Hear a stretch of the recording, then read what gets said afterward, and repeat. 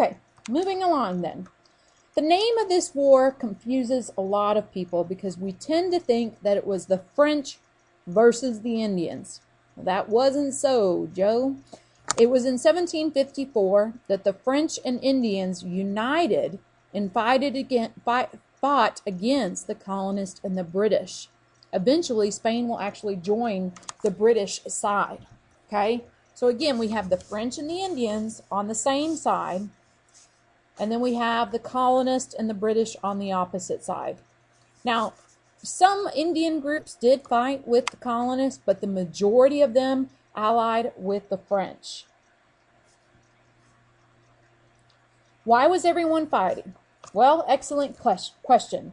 It was actually over an area of land known as the Ohio River Valley. Everyone wanted to control the Ohio River and the Mississippi River, and that Ohio River Valley really centered around this territory. The Ohio River and the Mississippi River were great for transportation.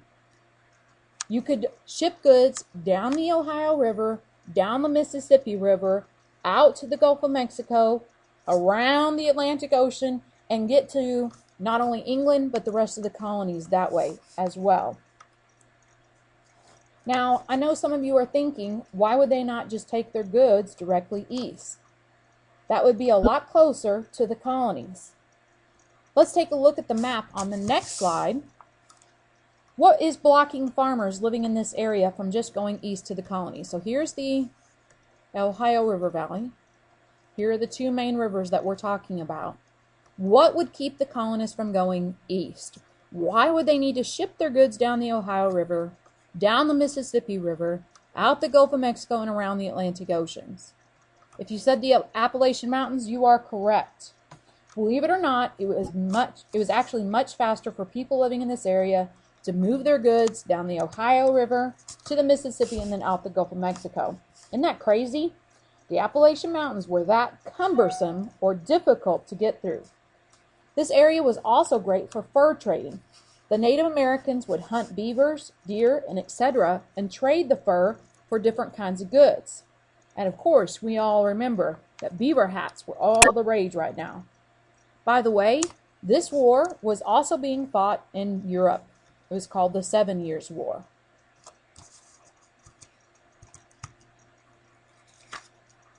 Okay, here on the map, we can see the Ohio River Valley very clear.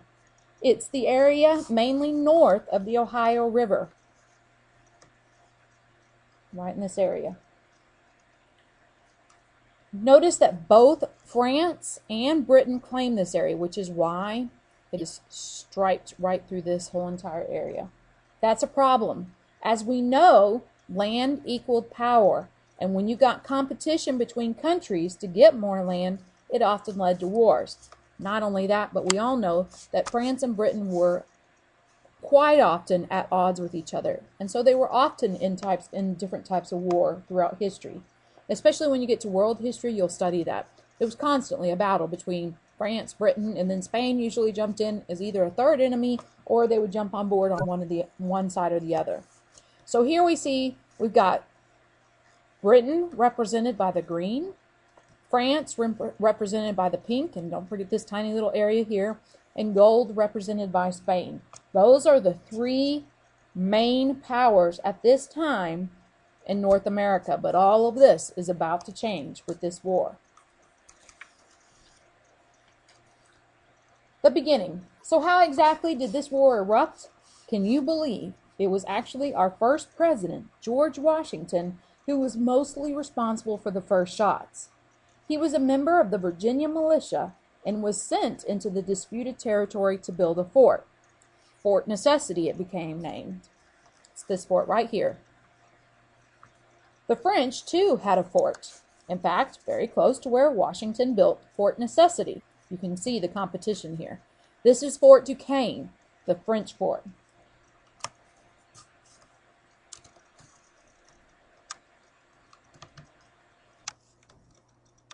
Okay, sorry about that interruption. Let's get back to this. Okay, so Fort Duquesne was the fort that the French built on the opposite side of the Ohio River from Fort Necessity. And really, the French kind of, you could say, had a right to be there because they were really protecting what they had already claimed as theirs. They had established a fur trade with the Indians, and they'd been there for quite a while. There was lots of Frenchmen. They had good relationships with the Indians. And so really, they had a good thing going. They had a very profitable fur trade, and then we're kind of coming in afterwards, you would say. So George Washington built this smaller, much smaller fort, Fort Necessity, in comparison to Fort Duquesne. And some say that George Washington kind of provoked the French to attack. As you can tell, it probably wasn't much of a match looking at the two forts. It definitely seems like the French were much more prepared than George Washington was. And the French attacked Fort Necessity, and so the war had begun. And it would end up lasting for 7 years, hint the name, 7 Years' War. Okay. The colonists really participated as merchants. They supplied the British troops.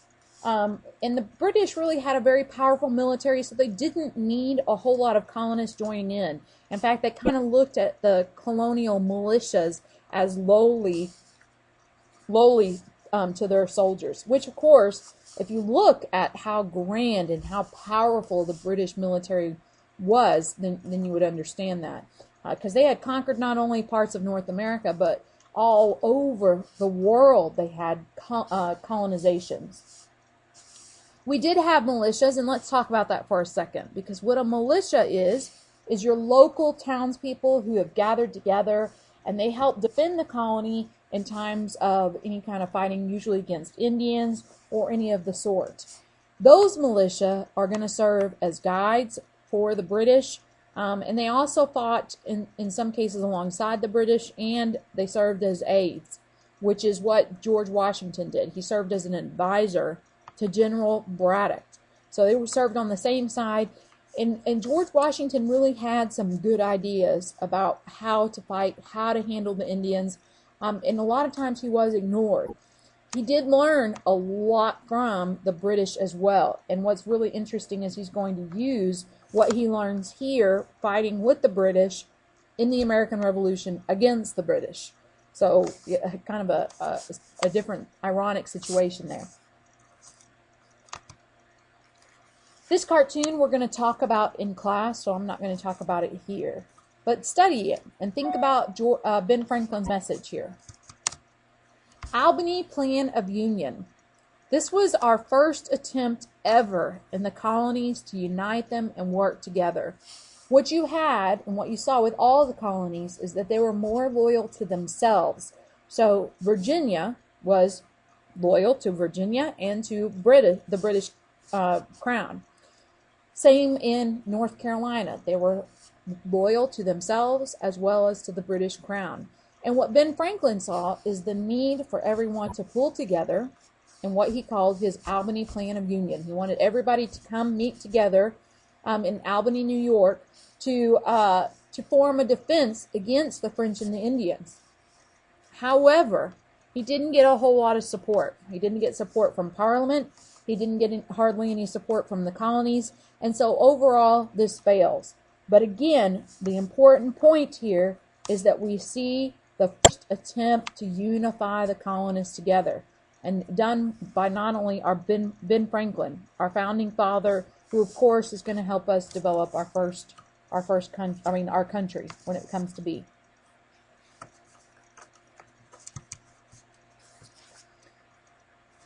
The end of the war. Britain wins, not easily. The Native Americans used guerrilla warfare, which means they hid in trees. They used ambush or sneak attacks against the British. And this was very difficult for the British to understand because they were used to meeting out on a battlefield and fighting in a very traditional format where you're face to face with your enemy, eye to eye, so to speak. And so for the Native Americans to use this type of warfare was very difficult on the British, and they didn't adapt well to that. The Treaty of Paris officially ended the war in 1763. A treaty is always used to end a war. And in this case, we're going to refer to this as the First Treaty of Paris, because we'll have another Treaty of Paris later on. Since France lost, they will lose nearly all of their land claims in North America, except for a tiny half a piece of an island, okay, which we'll look at on the next slide here in a minute. Britain and Spain will split all of the French land. Britain gains Canada and all French land east of the Mississippi River. Spain gains all French land west of the Mississippi River, and Spain gives Florida to Britain. The colonists are so excited. They have this love for the king, this patriot feelings towards being British. But this won't last long, because everything is about to change. Looking at this aftermath then, we can see very clearly that France, who was pink, has lost the majority of their land claims. Look at this. This is all they've got. This is the island of Hispaniola. And this half right here is called Haiti. And that is what the French had. That is it that was left in the North America. Now here we have the original 13 colonies, and we've now gained all of this land to the Mississippi River, as well as Florida. So it's looking quite awesome for the British and for colonists to be able to expand into this new territory.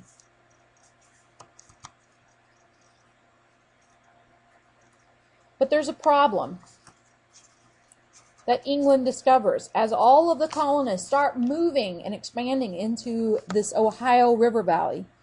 Because, of course, they're so excited. There's so much fertile land there. There's so much great game, plentiful game there. I mean, it is really the hot spot to move.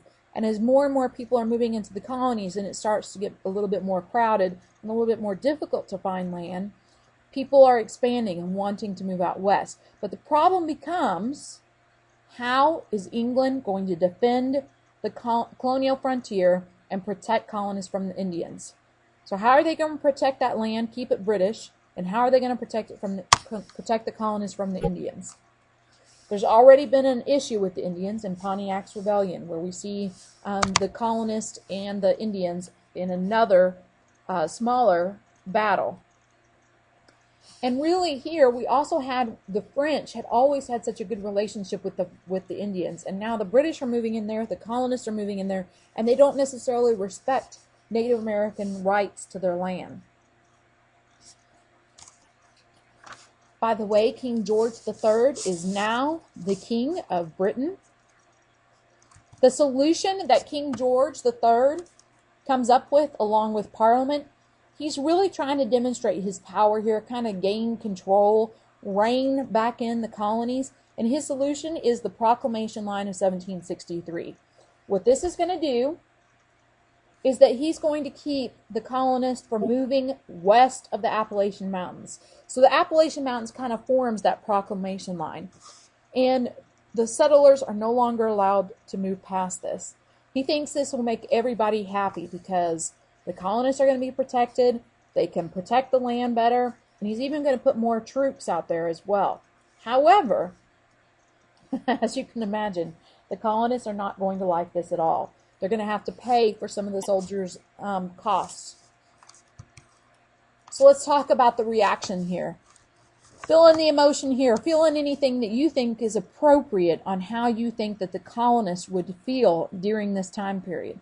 We've got limited expansion, so no longer can the colonists move out there. And in fact, that proclamation line actually cut off some of the original land grants that the colonies had. Went against their charter there. It also cut off some of those frontiersmen that had already moved out into the Ohio River Valley from the rest of the colonies. So now we've kind of isolated those people. Colonists were also very upset about having a standing army in peacetime. According to English law, having an army in action during a peaceful time was unlawful. And so the colonists were arguing against that. How can we have active soldiers during peacetime? And they also didn't want to pay for the soldiers that they didn't even want. Some colonists ignored the line and crossed anyways. We're very fortunate to have some actual footage of a colonist reacting to the proclamation line. Let's check this out.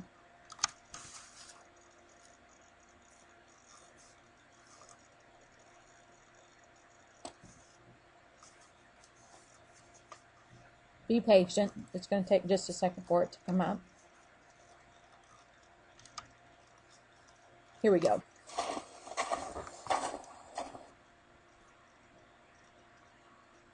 Maybe we won't go.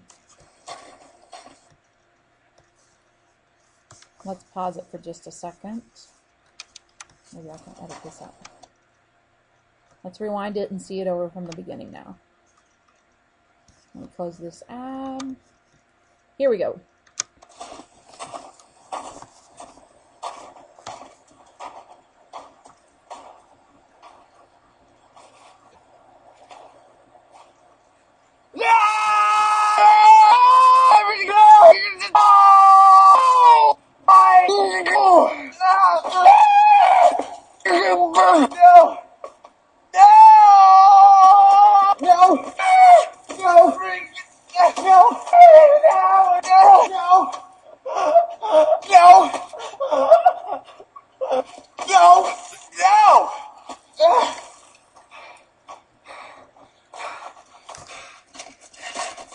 Feel a bit better now. And that ends your notes for this time.